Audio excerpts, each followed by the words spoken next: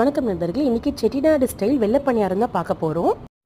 ஒரு ஆளாக்கு இல்லை 1 tumbler பச்சரிசிக்கு 1/4 tumbler இல்லை 1/4 ஆளாக்கு உளுந்து சேர்த்து 2 மணி நேரம் ஊற வச்சு நல்லா மைய அரைச்சிக்கோங்க. இந்த மாவோட கொஞ்சோண்டு தண்ணி, 1 டீஸ்பூன் உப்பு, 1 டீஸ்பூன் சர்க்கரை, 1/4 டீஸ்பூனுக்கு கம்மியாக பேக்கிங் சோடா சேர்த்து நல்லா கலந்துக்கோங்க. நான் 1/4 டம்ளர் அளவு தண்ணி சேர்த்துருக்கேன். மாவு பதம் இதுதாங்க. இதுக்கு கார சட்னி தான் நல்லாயிருக்கும். அதுக்கு 20லேருந்து 30 சின்ன வெங்காயம் உரித்து வச்சுருக்கேன். கடாயில் கடலெண்ணெய் ஊற்றி மிதமான சூட்டில் காஞ்சதும் மாவை நல்லா கிண்டிட்டு 3/4 கரண்டி அளவு எடுத்து ஊற்றுங்க. அழகாக நல்லா உப்பி வரும். திருப்பி போடுங்க. சைடில் அந்த பபிள்ஸ்லாம் அடங்கினோடனே எடுத்துடலாம். நான் ஒரு கடாயில் 2 தான் என்னால் ஊற்ற முடிஞ்சிச்சு. வெள்ளை பணியாரம் கண்டிப்பாக கலர் மாறவே கூடாது, வெள்ளை கலரில் தான் இருக்கணும். பபிள்ஸ்லாம் அடங்கினோடனே நல்லா எண்ணெய் வடிச்சிட்டு எடுத்து வச்சிடலாம். குழந்தைங்களுக்கு ரொம்பவே பிடிக்கும்.